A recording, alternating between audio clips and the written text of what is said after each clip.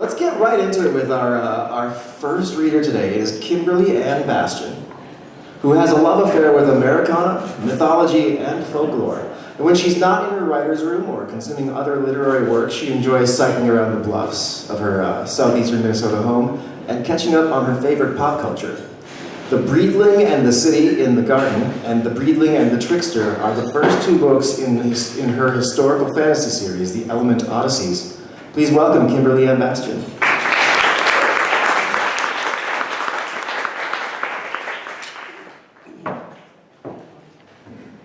Afternoon, everyone. I'm going to be reading the beginning of my second novel, The Breedling and the Trickster.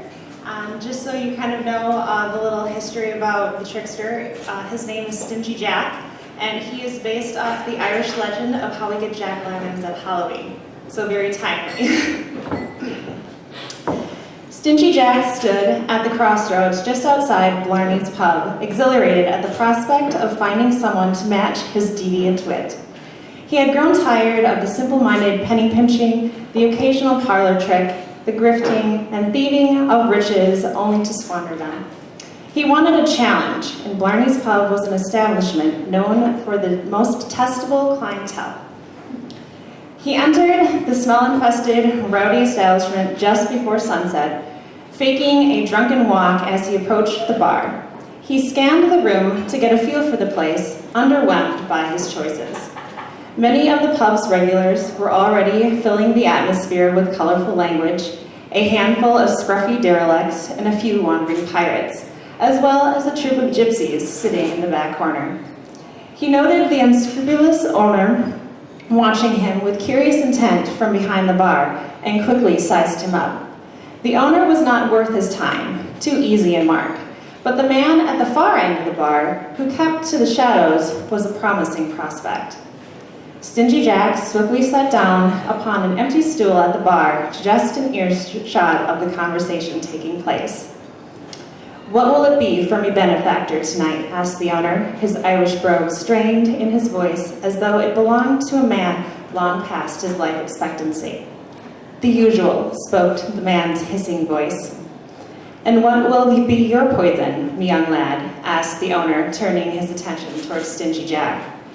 I believe I'll have what he's having," replied Stingy Jack, cracking a smirk as he turned towards the man in black. The man in black grinned, his pale face bright in the dim, and his fiery red eyes piercing with intensity as he leaned into the bar, pushing his sleeves of his tailored coat. "Hark, me fine lad, what brings ye into this establishment all the way out in the boondocks?" asked the man in black. "Here you be, Hades," said the owner, delivering the man in black his drink before going about his business. "I'm here to swindle a few of those gypsies, I think, but I find little sport in it anymore. That is when I saw you, my fine man," said Stingy Jack, producing a playful expression. "Tell me, young lad, why swindle gypsies when you can have anything you want?" asked Hades, delighted by the kinship he felt towards Stingy Jack. "I be listening, sir," said Stingy Jack. "What if I could tell you I could give your heart's truest desire?" "I be the devil, young Jackie, and I would much like for you to take me offer." Stingy Jack's pleasant demeanor faded, replaced with a look of bewilderment.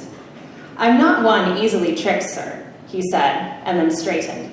"But if I be inclined to believe you, a demonstration of your powers, perhaps."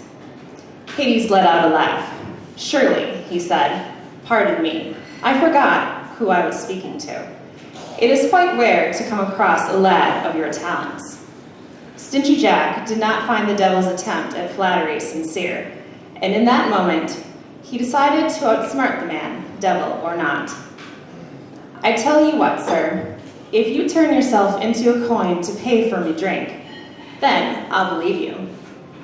At this, Hades ceased his laughter and took a swig of his ale. "A coin it shall be to cover the ale," he said, and in the blink of an eye, the glistening coin lay on top of the bar. No one noticed the man vanish, all too drunk to care, but Stingy Jack had seen it, and he now had the devil at a rare disadvantage. He picked up the coin and examined it for a moment. He rolled it through his fingers with a wide grin. Stingy Jack took the coin in a clasped fist and placed it in his tattered coat next to a silver cross. He then helped himself to the devil's ale, chugging it, and was filled and refreshed. He left without paying for his drink and set out into the muggy night air. Rain soon began to pour as he walked into the street and headed north towards the village of Winchester. Over the whistle of the wind, Stingy Jack heard a furious voice cursing in his pocket. "Let me out," shouted Hades. "I'm sorry. Can you not change back?" teased Stingy Jack. The trickster of tricksters, befooled by a mortal. He pulled his tattered coat tighter around his flesh in a feeble attempt to keep the rain at bay. "Name your price, mortal," hissed Hades. Stingy Jack stopped in the middle of the road and thought for a spell. "I have heard tales of your deals, devil, gathering souls like some tax collector. So, to earn your freedom, me price is me soul. I wish ye to leave me for 1 year, and should I die before then, you cannot take my soul." Hades began to fill Stingy Jack's pocket with laughter. Such a small price to pay for his freedom. "A year it is, lad, I swear, on me fire. Ye shall not be touched by me if you die before the year is up, till next we meet." "On your word," said Stingy Jack, and removed the coin from his pocket, flipping it onto the cobblestones. The coin shuddered, and in a flash, Hades returned to the form of the man in black. He straightened his now wrinkled clothes, his fiery eyes burning with discomfort, though it was not due to his confinement, but rather the sizzle of his skin as drops of rain hit his exposed flesh. He motioned towards the mortal trickster and placed a pale, long fingers on the man's chest. "Trick me once, shame on you. Trick me twice, shame on me," hissed Hades. He let his mark sear into the mortal's heart.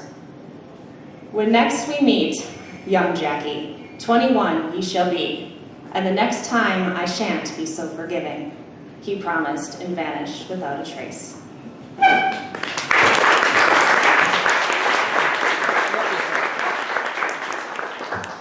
Is it all right if I ask a question? Sure. All right. How'd you come up with the name Stingy Jack? I came up with Stingy Jack because that is actually his name in the myth. So I didn't change it. Fair enough. All right. Thank you very much. Yep. Big hand. Kimberlee Ann Bastian.